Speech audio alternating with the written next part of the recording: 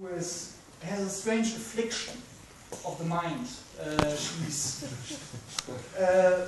Has internalized neoliberal ideologies of austerities so deeply that she can't see the right way to do it in the Eurozone. I mean, she is destroying the Eurozone by her politics and has to come to her senses.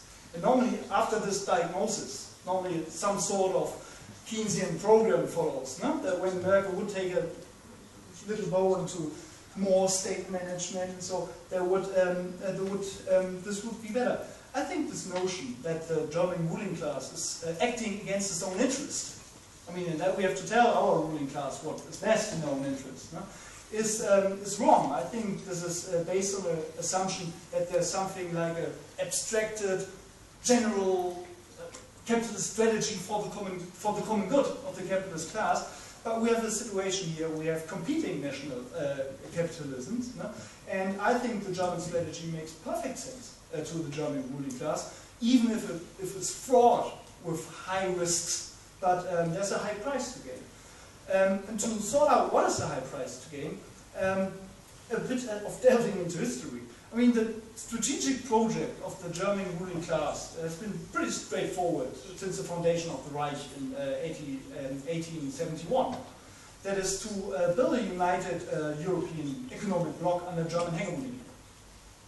This is basically the bottom line of what the German ruling class was trying to do. First vis-à-vis the British Empire, no? And later against the rise of the American state. The two attempts to achieve this through war were unsuccessful. I mean, both wars were lost. After the Second World War, there was a if you can beat and join them approach taken, which is basically in the EU a power-sharing approach that to outright German dominance, to go it alone in Germany, in Europe is unachievable.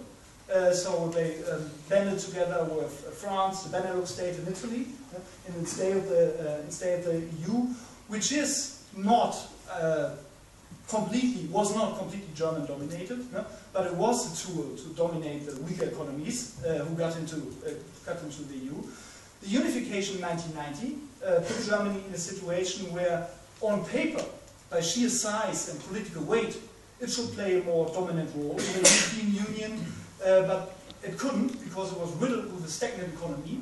I mean, the talk in the middle of the 90s was not about the German hegemony of Europe, or the German dominance of Europe. The talk in the middle of the 90s was Germany is the sick man of Europe, till the early 2000s. No? And now the situation has changed.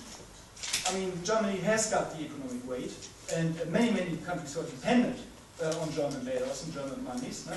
And so the German ruling class had completely switched tack from what was the main agenda of cooperation with other European ruling classes, no? To have a grab for the ultimate prize. And that is to install a German, European economic bloc under German hegemony and dominance.